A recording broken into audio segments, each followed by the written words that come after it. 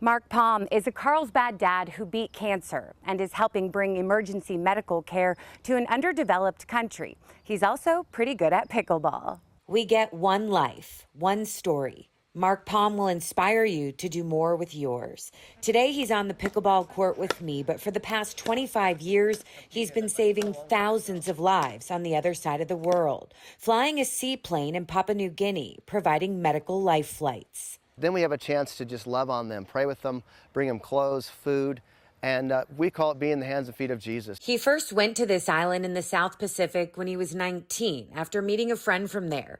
That trip ultimately inspired the nonprofit he created, Samaritan Aviation. And while we were there, we just heard story after story of people dying.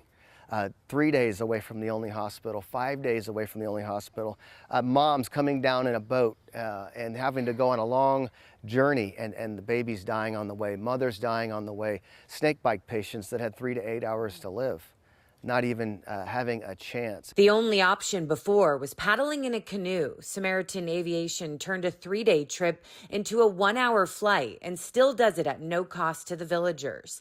The charity operates solely on donations. I'll put a link on CBS8.com.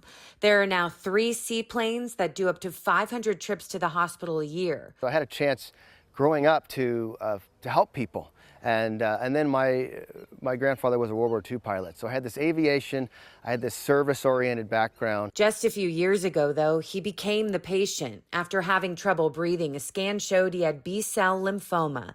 A cancerous tumor was growing off of his lung, nearly blocking his throat.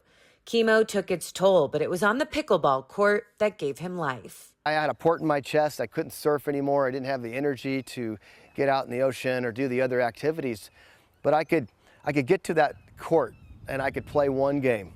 And then I would be tired. I'd go home. The next day I'd come back.